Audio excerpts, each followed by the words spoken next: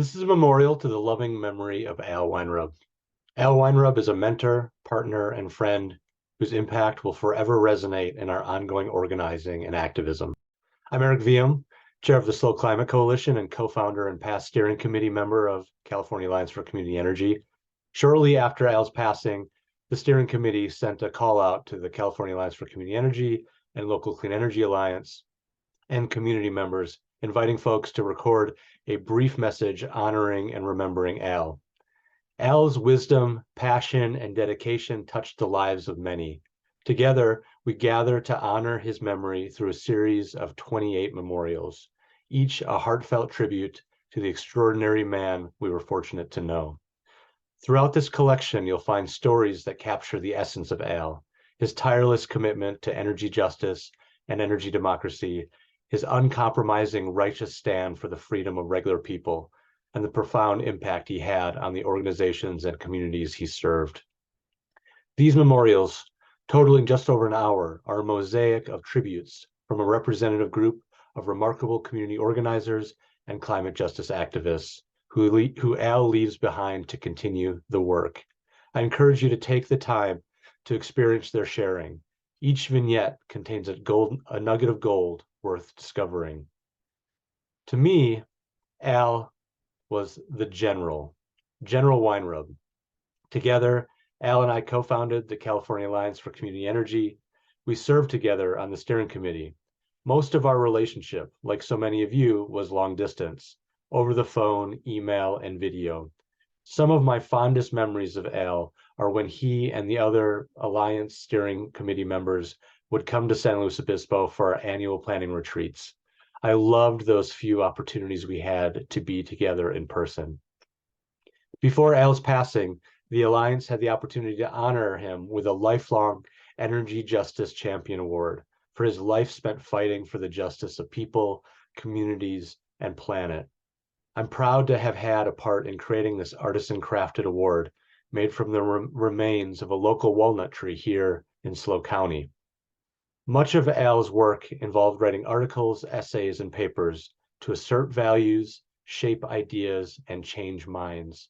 This vast collection of writing, known as the Al Weinrub Justice Papers, spanned 50 years of justice activism in the labor, anti-war, human rights, and climate justice movements. The Al Weinrub Justice Papers have been acquired by the University of Massachusetts at Amherst Libraries collections documenting social change. Al taught me so much. He was a moral compass, I believe, for all of us. Al and I would often spend hours on the phone talking and sometimes arguing about CCAs, local energy, and energy democracy. Our arguments reflected the real tension between uncompromising principles and practicality. His voice survives inside of me, continuing to shape my thoughts and actions, and will continue to shape all of our ongoing work of energy justice and energy democracy. Thank you to all of those who have contributed to this memorial honoring the life and memory of Al Weinrub.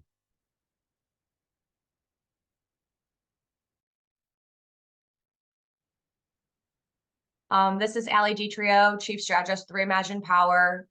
Rest in peace and power, Al. You were an incredible organizer, a sharp political mind, a wise and humble colleague, a passionate advocate, and a genuinely caring community leader. I really learned so much from you and will be forever grateful for all of your lessons and the wisdom shared with me about life, including helping me deeply understand the importance of the energy democracy movement and how the collective power of the people can really generate such meaningful impact and policy influence in our work today. I really do feel like I have a much deeper understanding of the environmental justice movement because of you in particular, in addition to so many of your other wonderful colleagues and community members in the California Alliance for Community Energy, Local Clean Energy Alliance, and others that you've worked with over the years. I'm so impressed with your body of work and so thankful to have known you. I wish I had gotten just a bit more time with you. I'm really thankful you were surrounded by friends and family when saying goodbye. You'll be dearly missed, but never forgotten. Solidarity.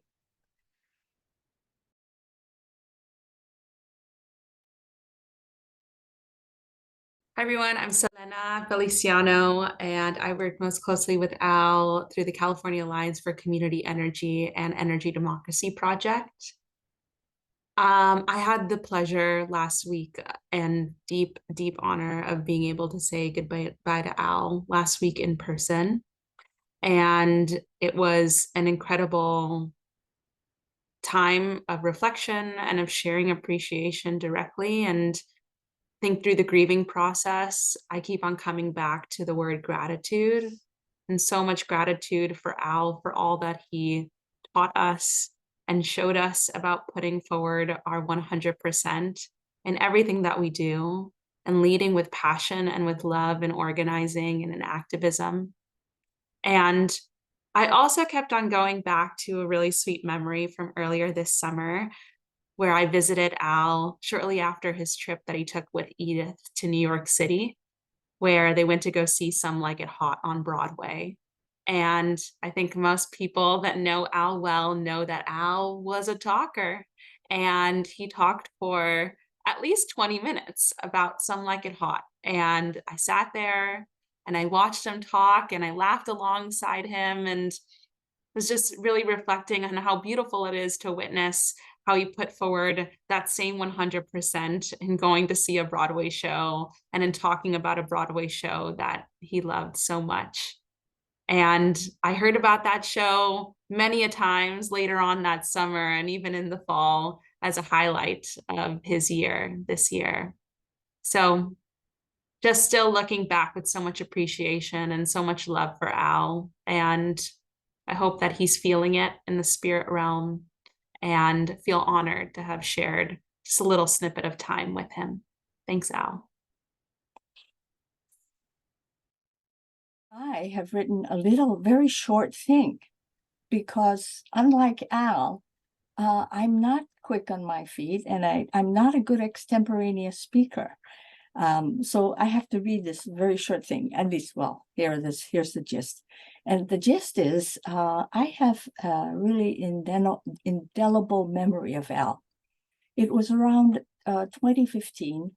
And it was my first involvement in the climate change activism. I don't think at the time I was even a member of my first organization, which was the Berkeley Climate Action Coalition. There was a large fair being held at Laney College in Oakland, and many people crammed this large lecture hall to hear the various speakers. They did not bring the lights up much at the break, but in the midst of that milling crowd, sort of very muted, low, dark, a tall man was slowly making his way up and down the aisles carrying a large picket sign. I don't remember what the sign said, but that dogged, sort of confident, patient figure, not stopping to chat people up, is the main thing I remember from that day.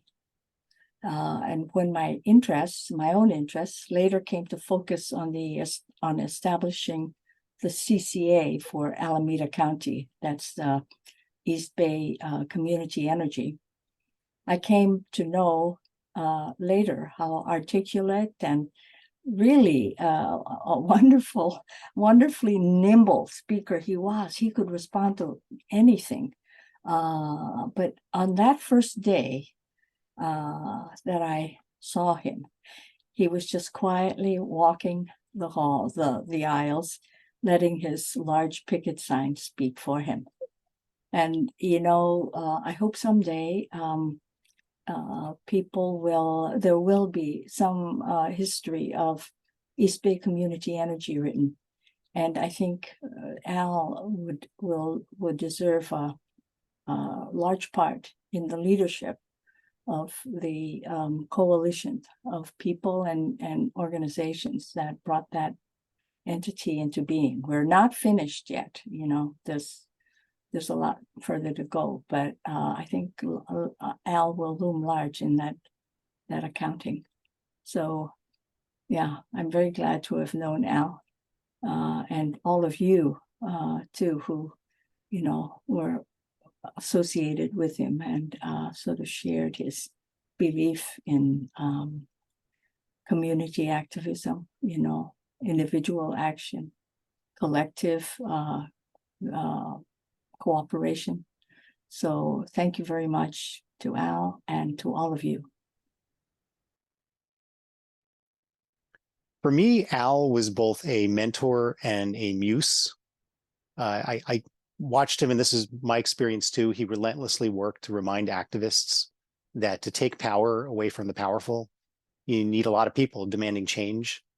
And to motivate people to demand change, you got to articulate a powerful vision and a position that is centered around the interests and the hopes and the dreams of everyday people, not the elites. And he supported efforts to restructure the balance of power towards everyday people. And he was critical of efforts that he perceived as kowtowing to the interests of the elites.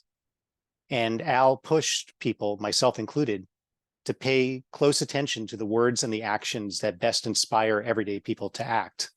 And he was angry, and he was righteous, and he was funny, and he was brutally honest. And I think Al made a huge contribution to the craft and the tradition of organizing and helped pass it to another generation. And so may we all do the same. Thank you, Al, and all power to the people. Thank you very much. So my name is Lane Sharman. I'm fortunately a fifth generation Californian, and got to know Al very early on in my energy career, and feel so blessed to have had him influence me by his authenticity. I think the authenticity of this man is the word that I come back to in everything that he did. He was authentic and genuine and very single-minded about the justice that was needed in the energy domain, and in which we have seen so much injustice. So he was relentless, and he was an influencer of so much of my work and thought. And I would only aspire to be half of what I would be happy if I could be half of what Al is in terms of his devotion and clarity of thought. And I was very fortunate in the last couple of weeks to have him talk to me about leadership and what is the right kind of leadership that we need in the community choice aggregation business. And he was so direct. He said, we don't need functionaries. We need people of real vision. And that was so spot on to me, because we have too many functionaries and not enough visionaries in our field. And I'm grateful to all of the visioning that he provided to so many people, many of whom are on this call today. And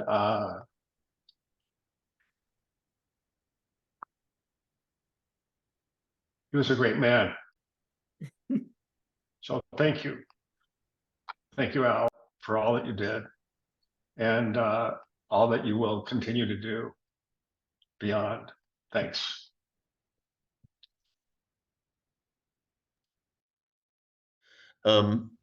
Basically, I got into this East Bay Community Energy effort back in 2015, when it looked like we had a real fight in our hands with Donald Trump coming to be the Senate Republican Party.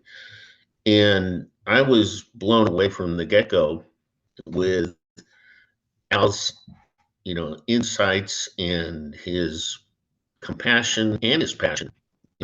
He was a warrior, and I was just trying to follow in his shadow was enough of a task for me.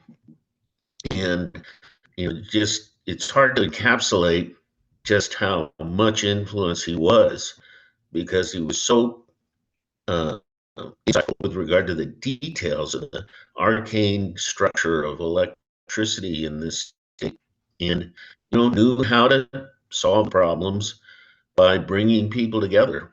And uh, as a fledgling activist in my retirement, I wish to continue to follow in those kinds of footsteps. So many grateful things.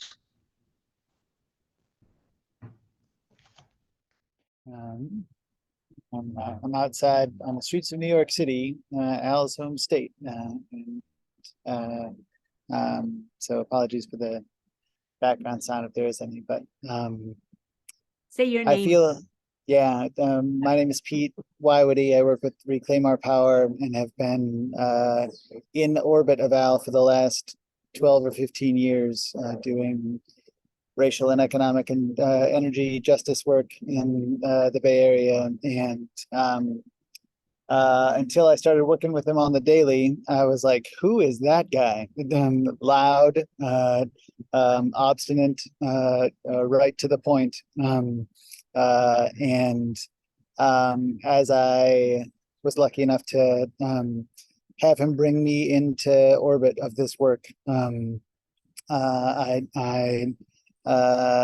was confronted with that even more daily, that this is not a performance out in the world. This is how he moves through every day. And that is in the constant, tireless, deliberate aspiration for and insistence towards justice. Al, a lot of the last chapters of his life, and certainly my overlap with him, has been around energy and the tools that we need to wield and hold to dismantle the oppressive systems that we've been handed and build new ones in our communities, in our homes, for our neighbors. But every couple months or so, Al would say something as we're trying to take over PG&E, or we're advocating to challenge the California Public Utilities Commission, or yell at the governor, that would just make it so evidently clear that it wasn't about the poles and wires, and it wasn't about the coal or the solar, it wasn't about nuclear or not. It was about the human beings and about justice. And it was so, it would always give me pause when I could feel him pulling us back to that, not getting lost in the things that we're building on top of our relationships to one another, and but actually focusing on those.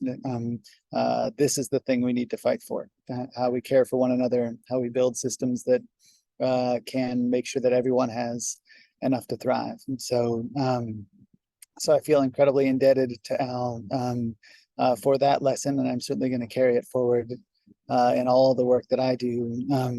And feel so lucky to be able to be in a community of people that can have witnessed him in this chapter and all the earlier chapters of his life: Science for the People, and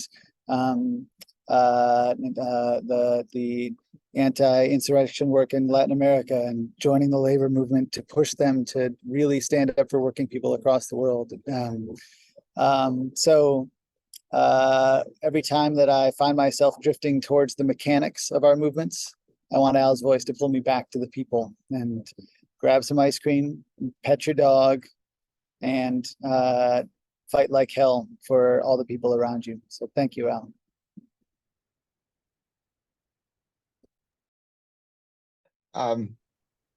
Yeah, my name is Brett Garrett, and I'm currently living in Santa Cruz. And I met Al years ago. He was tabling in San Francisco for something. I don't know what organization. It may have been California Alliance for Community Energy, if it existed at that time. And he had his book, the Energy Democracy book, which I purchased at that time because I was so impressed with my conversation with him and what he was all about. And I had been very interested in the community choice aggregation movement, but not in any serious way. But that was one of the things that pushed me to get more involved. and later I became involved with the California Alliance for Community Energy. And I just, so now I've gotten to see more and more what a profound and powerful voice for equity Al has been. He just has such a strong ability to understand and dissect the roots of the problems in our energy system. And he's such a good writer and excellent leader for our movement. And I just feel like something's missing without him. We're gonna do our best to contribute on to continue on in his tradition, but we've lost such a powerful voice, and I think we're all going to miss him as a person and also his powerful voice so much.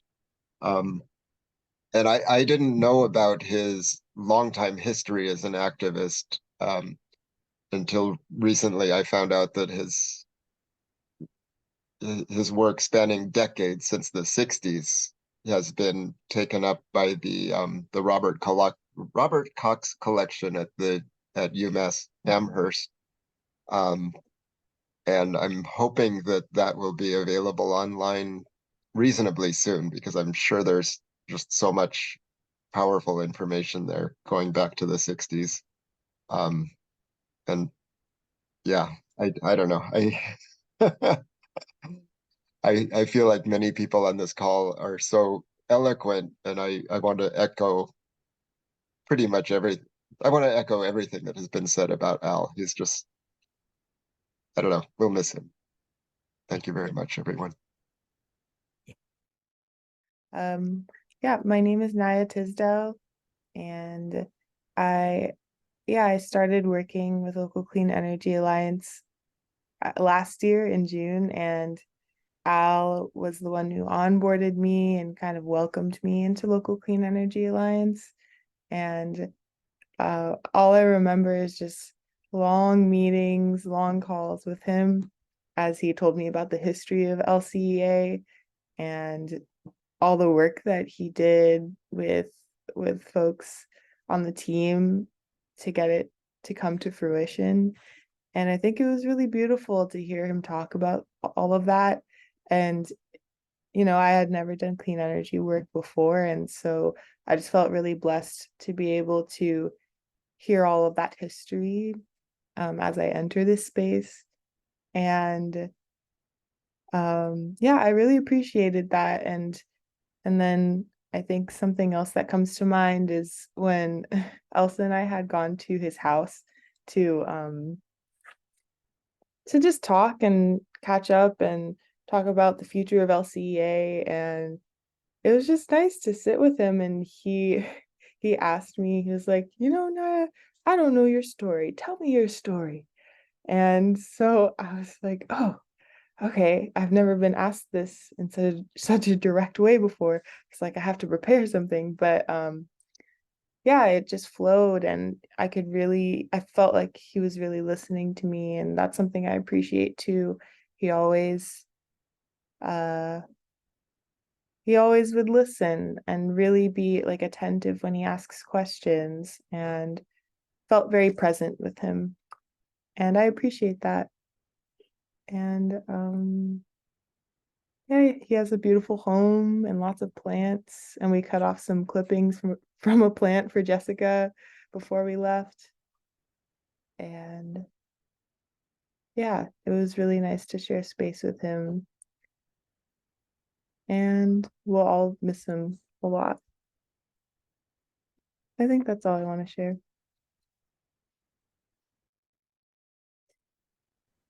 My name is Barbara Stebbins. Thanks to a lunch with Al Weinrub back in 2012, I have been a longtime volunteer with Local Clean Energy Alliance and the California Alliance for Community Energy. I'm so grateful to Al for encouraging me to do the work with LCEA, the energy justice work that organization does. His brain is so organized and capable, and he was so articulate. he made the connection between racial and social justice and the climate crisis so clear, and the ways to change those issues so compelling, that I jumped at the opportunity to volunteer at LCA, and it was the best job I've ever had. Al was one of those larger than life people, confident and knowledgeable, very sociable, and a great storyteller. I don't know how many people know that he was a bus driver for a while in San Jose. I learned it because of a story he loved to tell new people, the one about how the satellite hit the bus he was driving. You know that one? What I never knew until he was gone was how long and fruitful his life as an activist had been. So it is great to know that UMass Amherst is going to house all of his writings and papers for us to learn more about this amazing man. We all miss Al tremendously. His insights, his strategic thinking, his outlandish stories, and his genuine appreciation and love for people, the planet, and justice. Thanks, Al, for everything.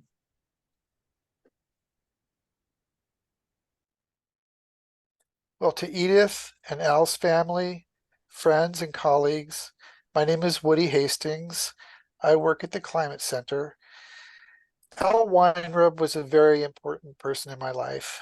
I respected him and relied on him quite often for his consistently deep, thoughtful, always thought-provoking, and almost always spot-on policy analysis.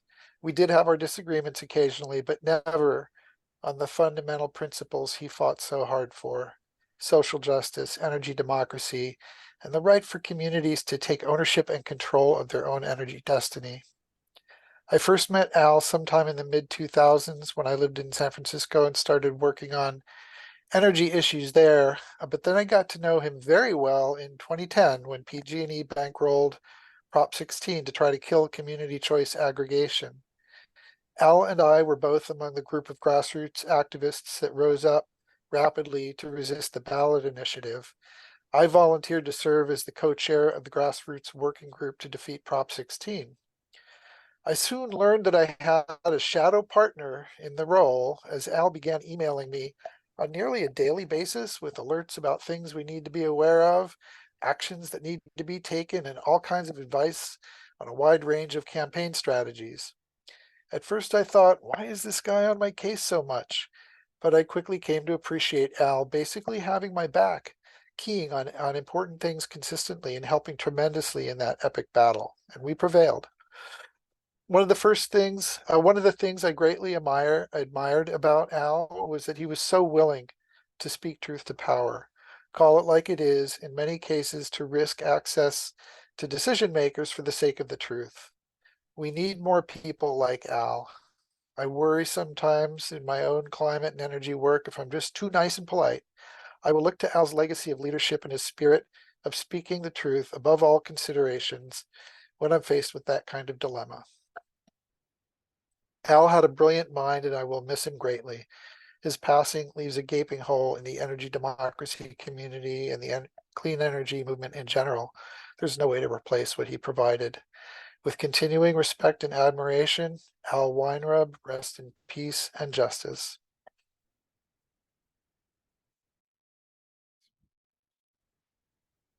To Edith and Al's family and friends, my deepest and sincerest condolences. My name is Ralph Dalai. I have been working with Al. I've worked with Al in 2014, and I've been a community organizer in the energy justice and environmental justice movement since then. I'm going to miss you so much, Al. I'm going to miss your towering yet comforting and gentle presence. Even though you're like much, much taller than me, I'm going to miss our hugs. I'm going to miss being in meetings with you. I'm going to miss you a lot. And I am going to remember the times that you were in meetings and the the courage that you have to be able to speak truth to power and to be able to speak the truth candidly and in a way that sometimes, even though it came across harsh, it cut across and it got to the heart of what we needed to discuss. And that's where so much growth in our movement happens, is in those uncomfortable spaces. And you never once flinched at getting into those uncomfortable spaces, nor did you ever flinch at getting the group or any meeting into those uncomfortable spaces. And we were all so much more better for it, having participated in meetings with you, um, and being in the work with you. I'm going to miss your intense listening and how you hang on every word, and then that look in your eye that you get when when you're really listening, and then like you are able to respond like very thoughtfully and able to incorporate it, and I could see how much how much thought and care you put into everybody that has come across you and in this movement. I'm going to thank you so much for all the inspiration that you've been, the way that you work tirelessly in the energy democracy movement. When thinking about people who truly are tireless, who work around the clock nonstop, Al, you are it. You are inspiring. Even in your last days, you were still able uh, to get out one of the pieces that is going to help our energy justice movement understand the different possibilities and situations and scenarios, and that is the tyranny of the renewable energy um, system that can happen. And even in your last days, like, you were still able to just be as present as you possibly can. And I'm just so grateful to have spent every single, time that I was able to have with you and to be in your company and to really get a chance to get to know you a little bit more, and and to be inspired by your courage, by how you show up, and and the fire that you have for our movement. And yeah, I miss you very much. And I hope you rest in peace and power. And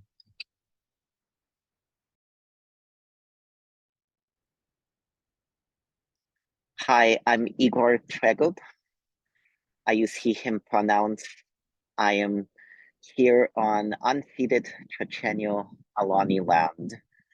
I work at Reimagine Power and volunteer with the Sierra Club. I am here to pay my tribute to Al Weinrub, the man, the myth, the legend, that whose memory will go on. Al was probably the first person to introduce me to the concepts of energy democracy. At the time, I was working in a field that was advocating for the safety of a 20th century technology. And Al was one of the folks who inspired me to make the leap of faith and do a career transition to work on energy democracy, and in particular, fighting for distributed energy resources such as rooftop and distributed solar and battery storage full time.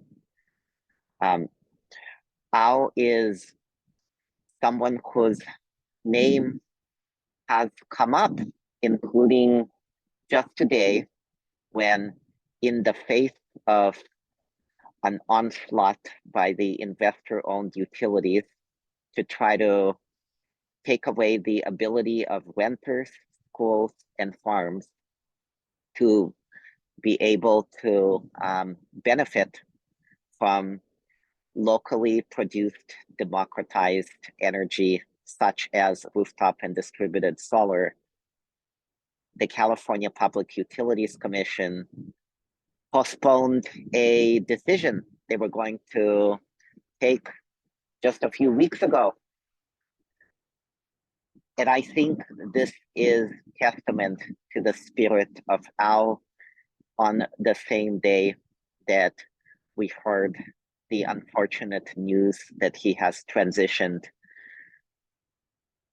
A bunch of us, the coalition that Al helped us build, said, we need to do this for Al. That was the last time the California Public Utilities Commission met. And we generated over 50 public comments in support of making distributed solar more affordable and accessible, not less, particularly for working class and middle class folks, as well as renters.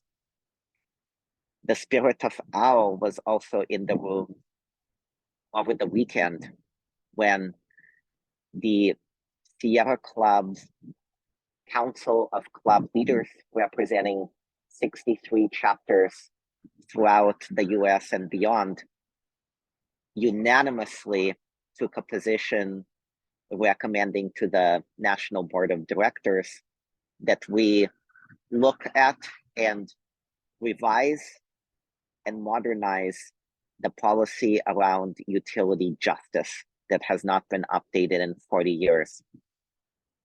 And I talked about what is happening in California, which is the same playbook that the utilities are using across the country to create their own profit-driven vision of greed, monopolistic greed, the same thing that Al has dedicated his entire life to fighting. The spirit, I told the board of directors, we got to get this policy in place. Let's do it for Al. And we are going to make sure this happens because Al would have expected nothing less. Al is someone that I've been thinking a lot about over the last few weeks. Yeah. I was born in Kiev, Ukraine, and for the last 18 months, I have seen much more clearly than I ever have in the past the threadbare connections and the inextricably intertwined relationship between small d democracy, including energy democracy, distributed renewable energy, the fight to save the planet and all who call it home, and the future of my homeland. I was someone who has been in the trenches, perhaps thousands of miles away from the trenches of Ukraine, but someone whose work has been seminal. Because when we realize our vision, we will ensure that we can win this battle for democracy and win the peace and win a vision where the renewable energy from the sun and from other renewable sources belongs to we the people, not the profit-driven corporate monopoly. So Al Presente, I'm going to be fighting for you.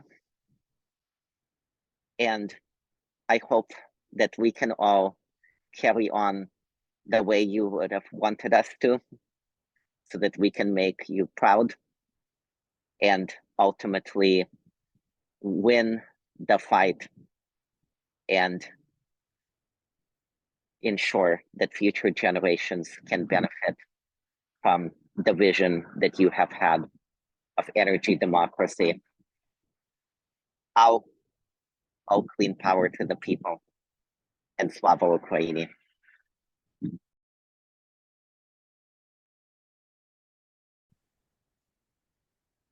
Hi, I'm I'm Aaron Lamer, and I had the pleasure of working with Al Weinrub through the local Clean Energy Alliance.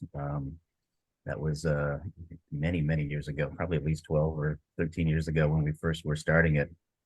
And we were all proud of ourselves for bringing together so many businesses and grassroots organizers. And we had the Sierra Club on board, and we thought we knew everything. And then all of a sudden, our contact at the Sierra Club, Kent Lewandowski, said, "I'm sorry, I'm too busy. I can't help you all anymore." And we had this vision of creating a community choice energy, takeover of PG&E around the Bay. And so we were like, "Oh, well, you can't leave us now." But he says, "No, I've got this great guy, Al.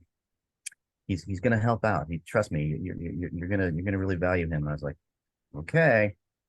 So he came to the office one day representing the Sierra Club and asked us all these critical questions, and was making sure that we had a critical eye toward including justice in our framework. And I was like, "Who is this pain in the ass?" And turns out he was probably one of the most thoughtful, insightful, and really, really supporting, hardworking characters that I've ever met in the environmental justice world. And so, needless to say, it didn't take him long to endear himself to us all. And he rolled up his sleeves and just started really getting to work on organizing, getting people together, and worked with us on a vision for the first Clean Power Healthy Communities Conference that was bringing together pioneers in local clean energy, people from the Marin Community Choice Energy entity, organizers from throughout the region, and just people who loved working with community to make sure that everyone's voices were included in this movement. And I'd say just that was one of the things that really struck me about Al, was that even though he was a very strong voice and a fierce leader, it was fierceness for inclusion. It was fierceness for justice, and it was a love of community. I think it was one of our leaders would always say, organizing is justice made public, right? That was Dr. Cornel West, right? Well, that's how I viewed Al. And I mean, he made sure that we were all included, and he always took time to make sure that people were being listened to, and people were brought together for this vision of a democratic, clean energy, local community future. And so it was an honor to work with him and to know him, and I know his legacy will continue through all the people he touched. So thank you.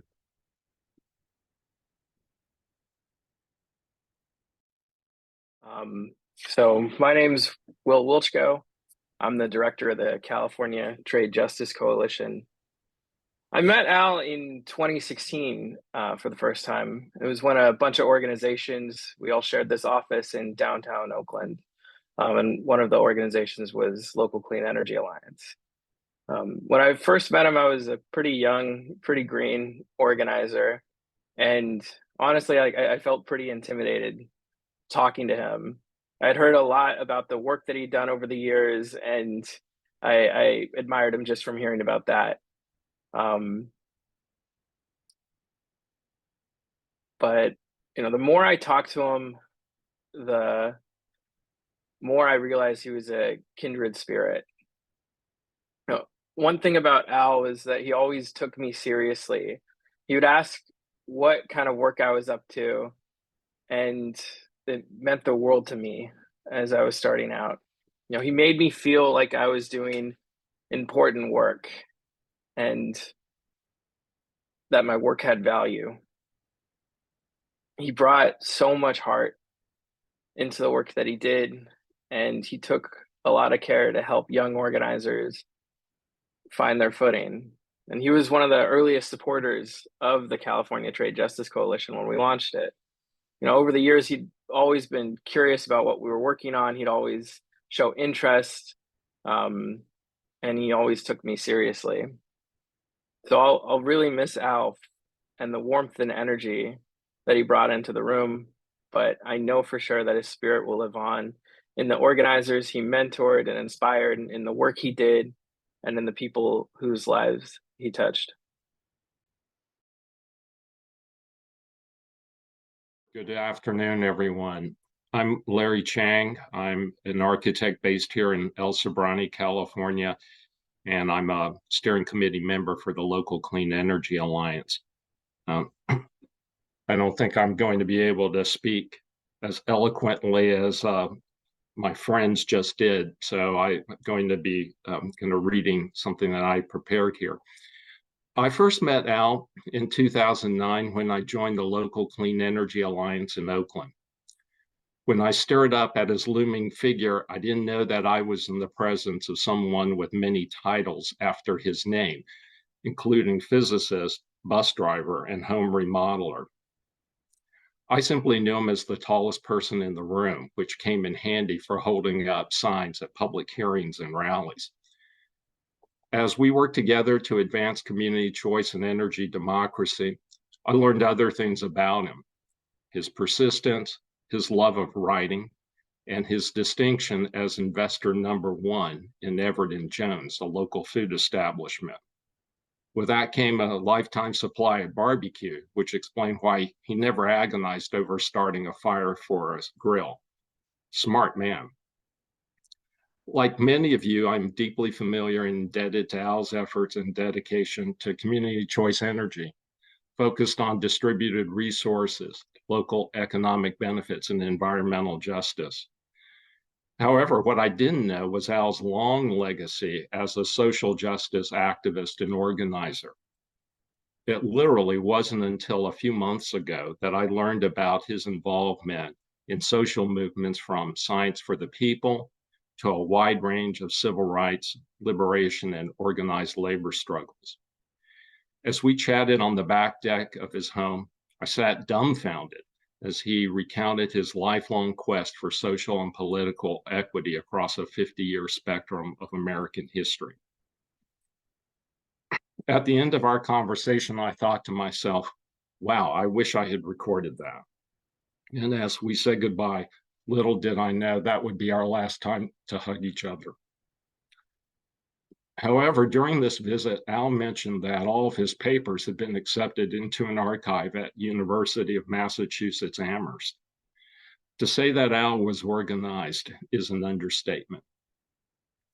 We are fortunate that Al had just enough time left to prepare to give these documents to present and future generations. I look forward to learning more about the different movements to which he devoted himself. Most of all, I look forward to discovering new things about my friend. Through his papers, essays, and articles, Al will still speak to me, and I hope his work will continue to inspire all of us to fight for the marginalized, the disenfranchised, and the powerless. Thank you to Al and the Weinrub family for years of friendship and love. Thanks, Al, for you being you.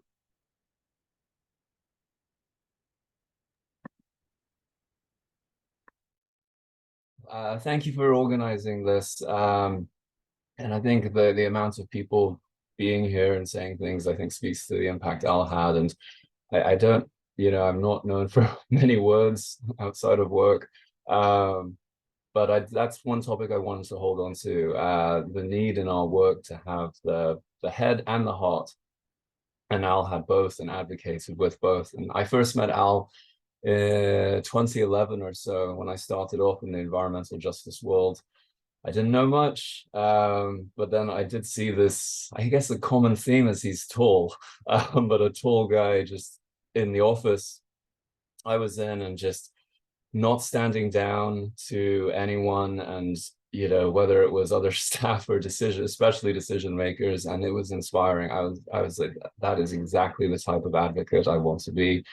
And I find myself 10 years, 11 years later, like being in the energy democracy, energy justice field. And it wouldn't have been, but for Al, I would not be doing this work. And a lot of other people I know also would not be doing this work, but for Al. And so we all know his head was in the right place, but I do want to talk about his heart. And from my experience, you know, like it's so difficult in our field that everyone is just moving on to the next thing. There's so much going on, and there's always little time to just stop and like see if someone's doing okay. And Al did that for me on a couple of occasions when I was really beaten down by everything, and he took the time to be there for me. And that's rare in this world, especially for someone who's as passionate as he is about the work. And I think the reason why he was so successful and inspiring is because he captured both of those things and brought it into everything. So again, like I know a lot of other people wouldn't be doing this work if it weren't for Al. And you know, I'm thank you, Al. Like definitely gonna miss you in this field and in everything. So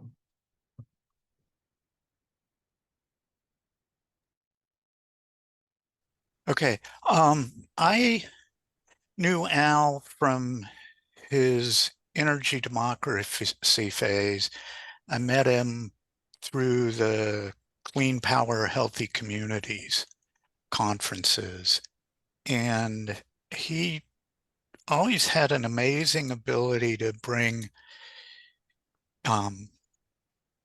inspiring activists together and, you know, get people to work together.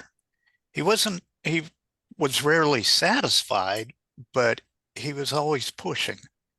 And he had lots of white papers, so I'm not surprised that he had a lot of documentation of his in his records. And he was very good about pointing out what was wrong and how to fix it, and his writing was always well documented. So that was I admired a lot. I'd also like to say that Al is a major reason we have East Bay Community Energy here in the East Bay in Alameda County. And I think it was his inspiration that managed to get it through. And I always amazed at his ability to call bullshit when he saw it, and you know, not let people hide behind jargon or that's the way we've always done it, or try to get away with things. And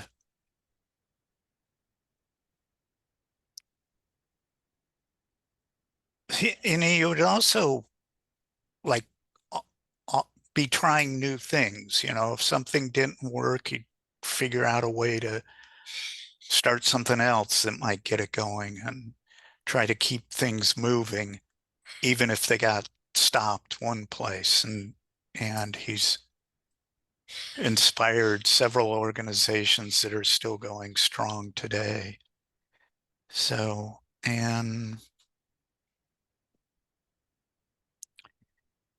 he had a very dry wit, and he had a habit of, in relaxed spaces, of telling tall tales that sort of started out ordinary and then got spun higher and farther and more fantastical, but you're never quite sure when they transitioned from reality to fantasy. And I think he had fun trying those on people. And I don't, you know, I don't know what else,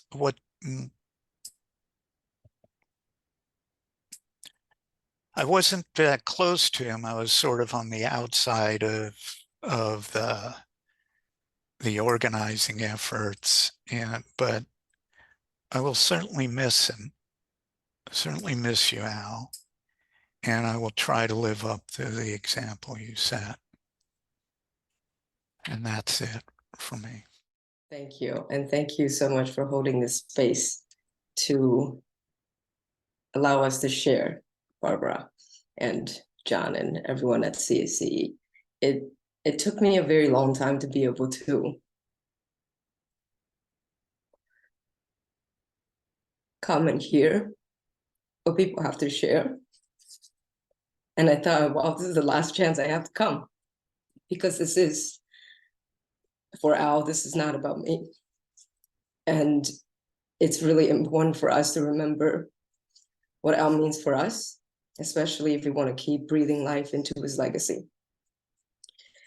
My name is Crystal Huang. I am the National Coordinator of the Energy Democracy Project.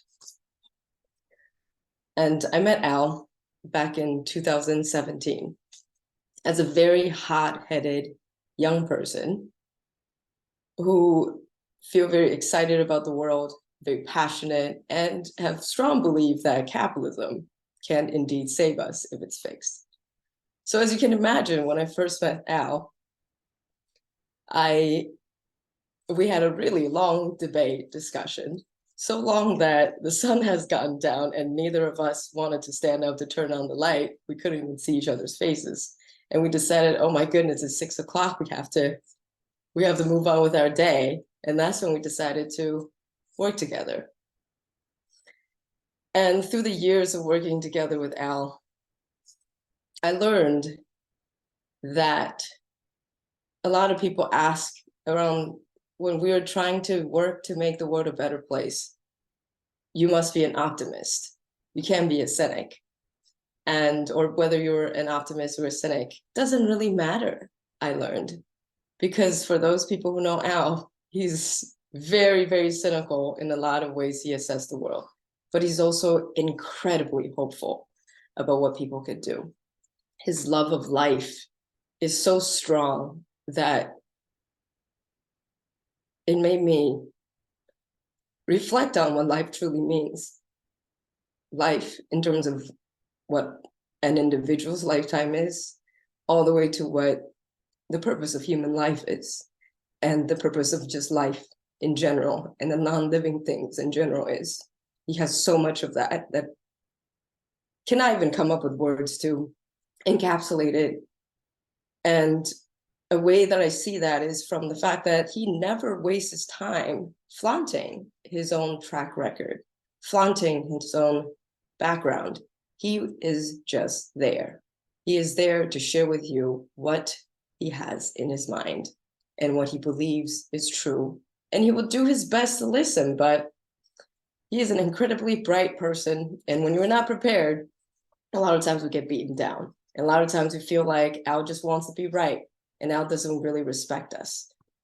But from a lot of that interaction with Al, I learned that it's really a beautiful opportunity for us to really think about how do we stand on the shoulders of giants?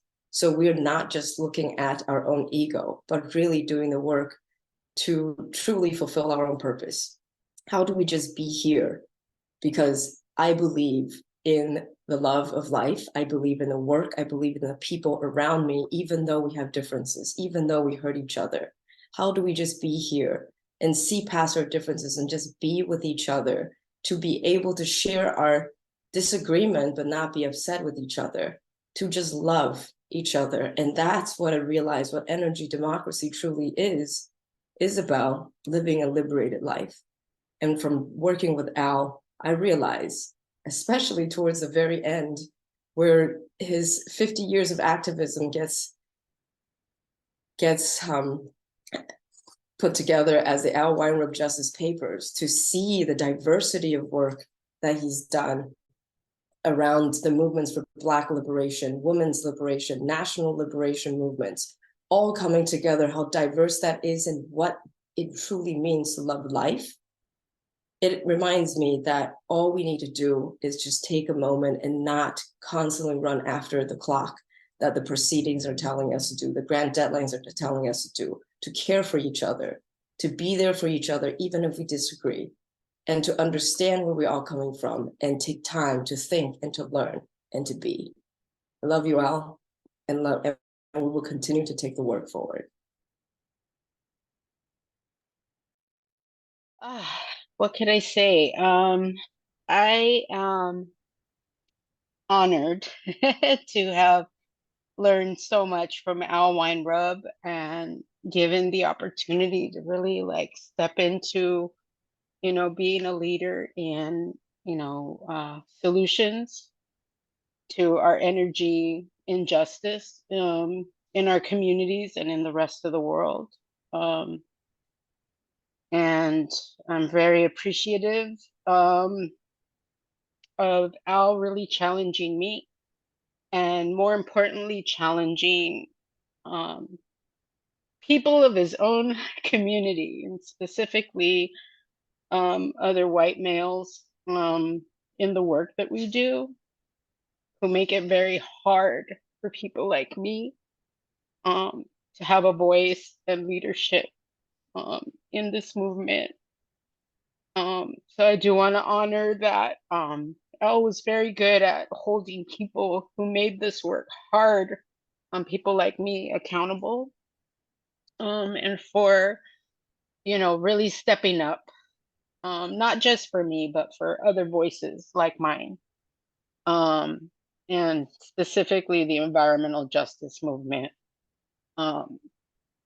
who to this day is still constantly shut out of like clean energy solutions and real action, real meaningful action.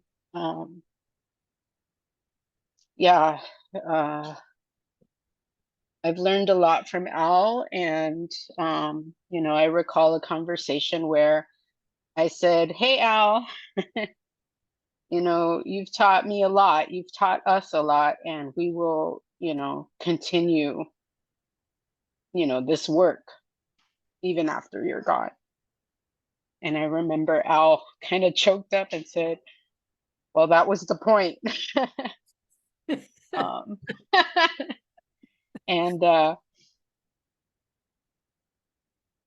still hear his voice in my head during my work. So I trust that he will continue to guide each and every one of us in advancing the solutions that we want to see in the community. Clean power to the people.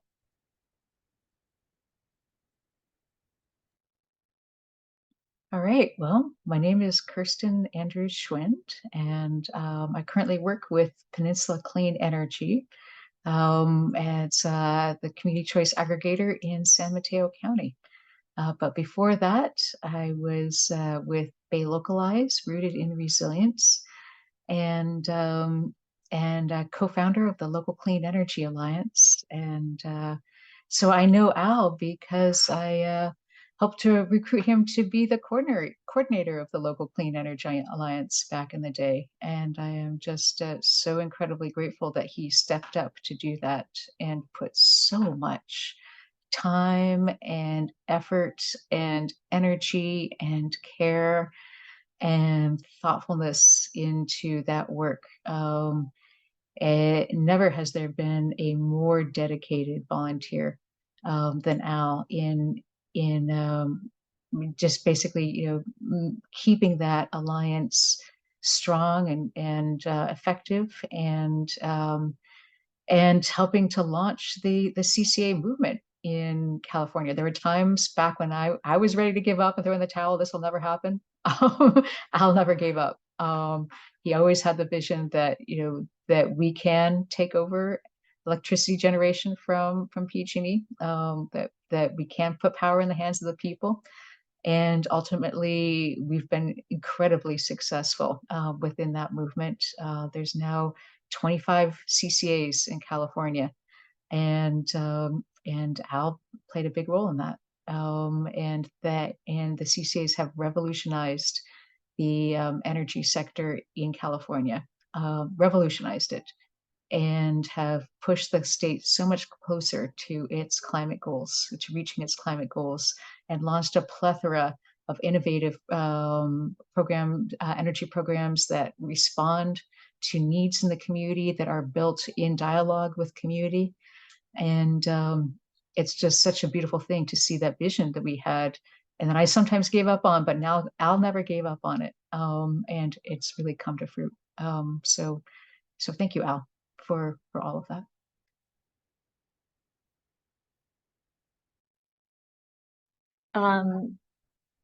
Hi, I'm Megan O'Neill, and I had the honor of working with Al for 4 years at the local Clean Energy Alliance. He was a mentor, a teacher, a colleague, and truly a friend.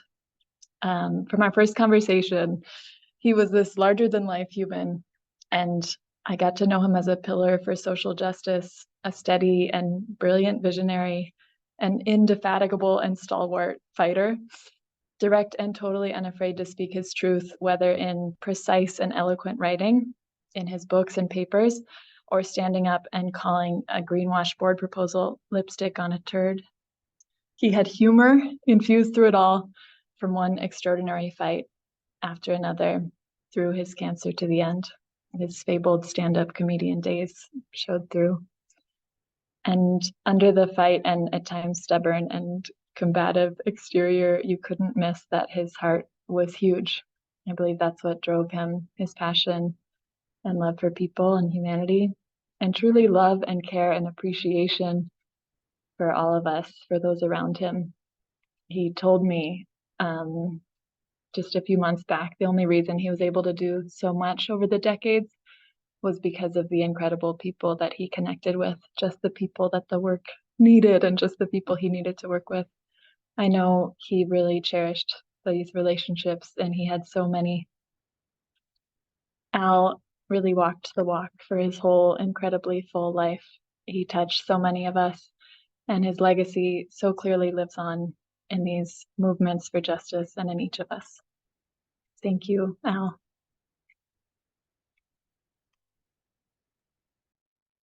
I can go ahead and get started. Hello, my name is Febi Bodiarto, and I'm very humbled to share a few words with all of you about a person who made a deep impact on my life and on all of our lives.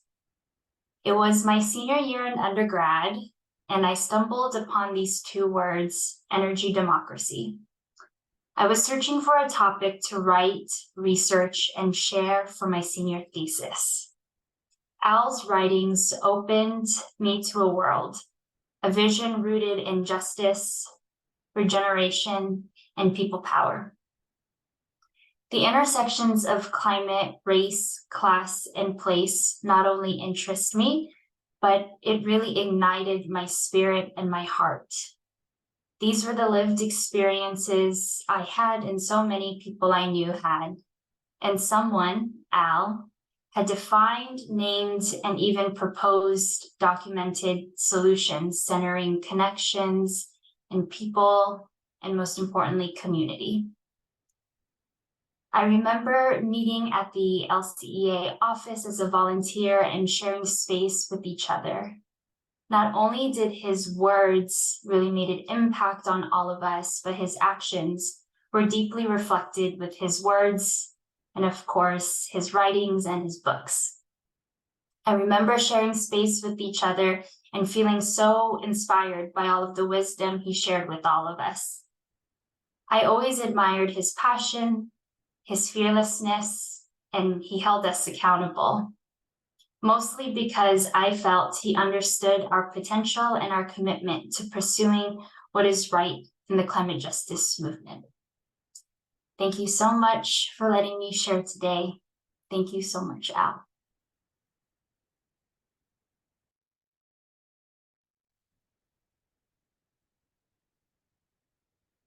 I began as the Alliance's halftime operations coordinator in September of 2017.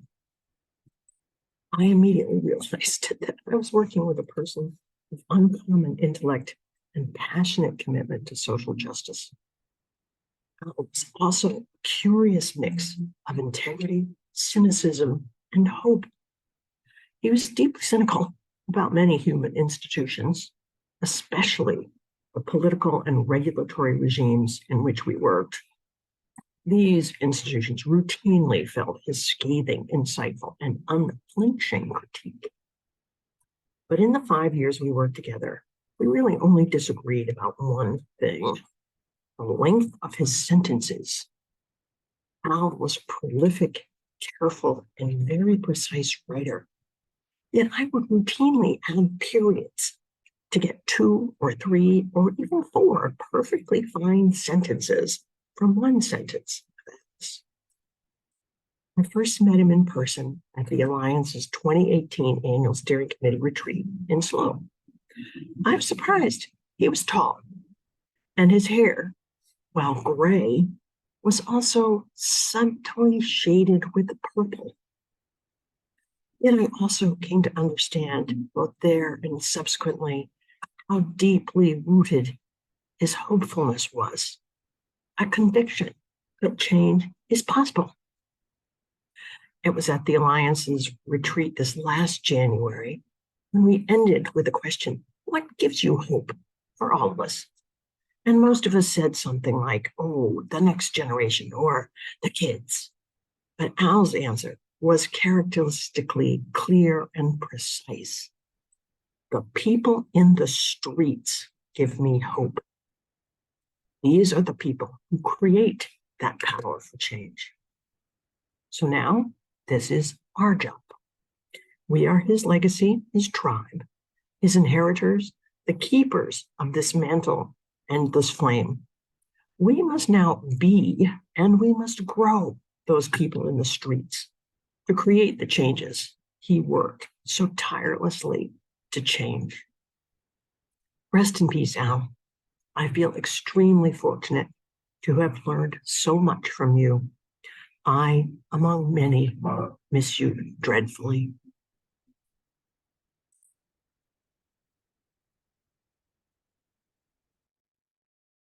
Hello, my name is Dave Shukla. I am a climate action fellow for the city of Oakland.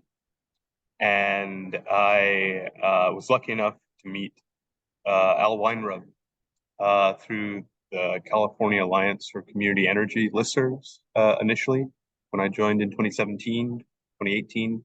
And then I got to meet him in person at the Global Climate Action Summit. I'm someone who grew up across the street from a natural gas plant in California, in Long Beach, my hometown. And Al Weinrub's work on energy democracy was kind of revelatory to me because that power plant was like the trees or the street behind our house. It was just kind of part of the background. It didn't seem like something that me living next door to it or anyone else really had any kind of power or control over.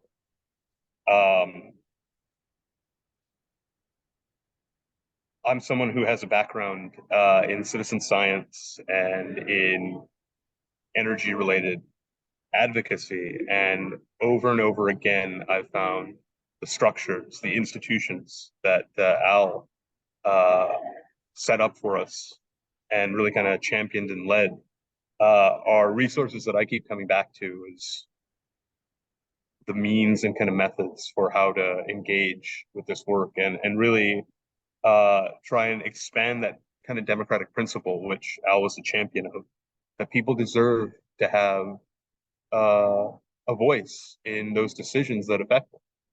And I think that's one of our highest American ideals, but also it's a real kind of guiding principle for how to approach work in what's usually a kind of complicated and technical field.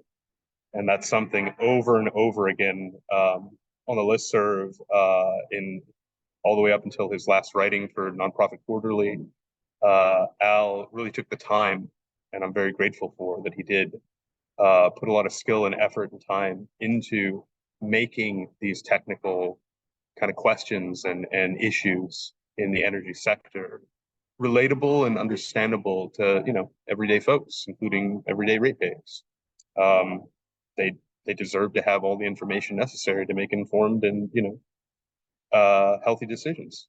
And, you know, I think Al's passing has left us a very big gap in folks who are committed to that vision and to that day-to-day of helping everyone, I guess we call it equity now, but helping everyone get to that place where they can exercise that informed kind of voice.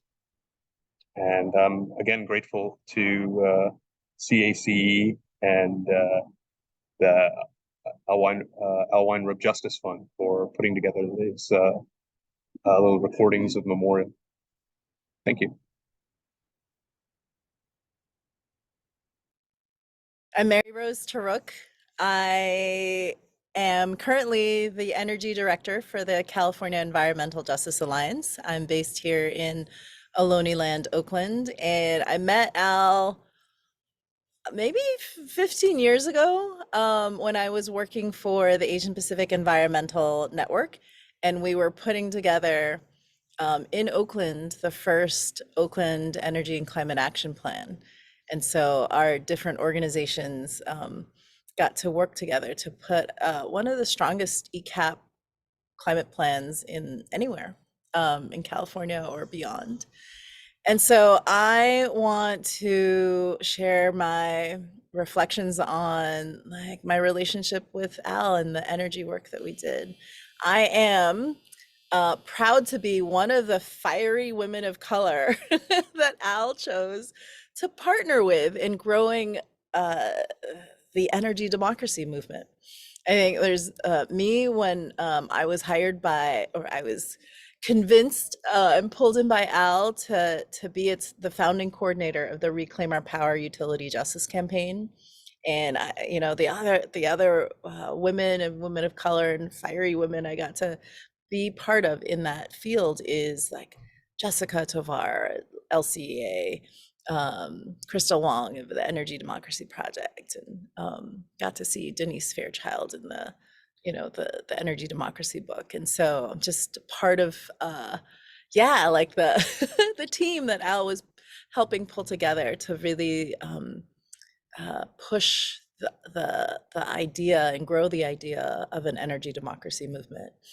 And because we are fiery, there were loud conversations and debates with Al, myself, one of, and others, of course. One of the ones I remember really clearly was when I started at Reclaim Our Power, loud conversations about the current grid under PG&E, because we were trying to take down PG&E and take control for the people.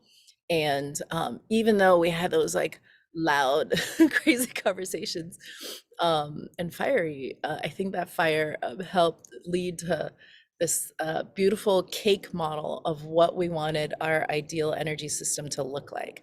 So with that fire, it's like, okay, what's the best ingredients and what are the layers for how we would design an energy system that worked for the people and that we recognize that energy is a human right. And so fire but beauty. And we butted heads on other things, from how environmental justice was being represented in the net energy metering rooftop solar debate, or even I think one of the last times that I had a major argument or debate with Al was whether to even engage in offshore wind. That was a centralized energy system, like new infrastructure that would be created in California. But then I was like, but don't we want to influence them to think about energy democracy in that space? And so I love being able to have these principled debates with Al. I think he sharpened me and I sharpened him. And I think that those are the types of beautiful relationships that make movement comrades very real. So I'll miss you, Al, and I'm always grateful to you.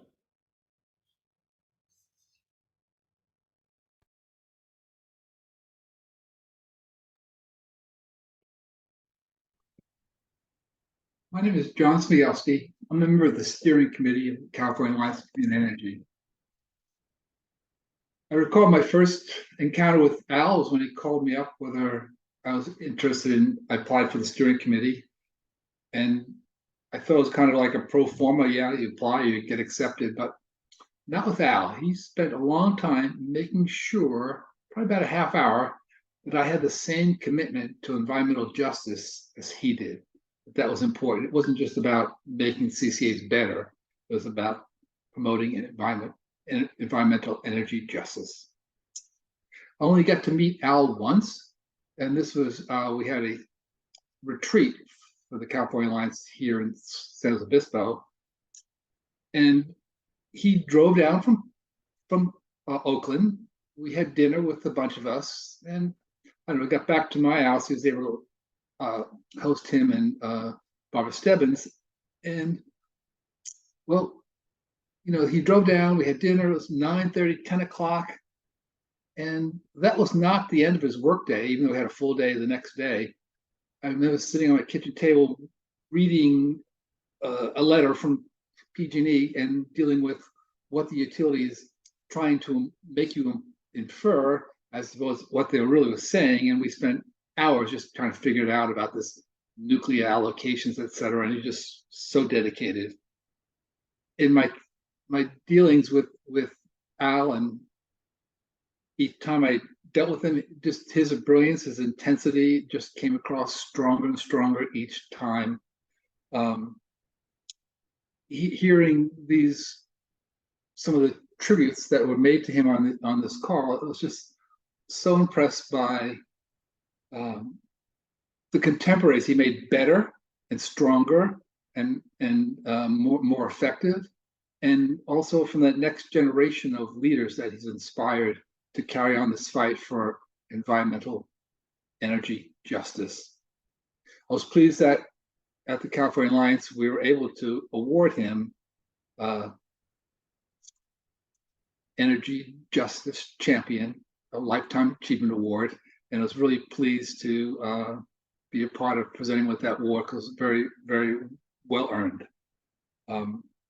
He's one of those people that you just didn't know enough. You wish you knew more, particularly so many parts about him. He was just a great mind, a great person.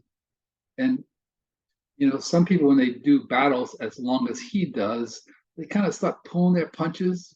But, you know, the point of his spear as he went after the agency was as sharp as ever. And I reflect on the words, you know, if you're only taking on battles you can win, you're probably not choosing the right battles. And it was great to know Al and to like to share these memories. Thank you very much.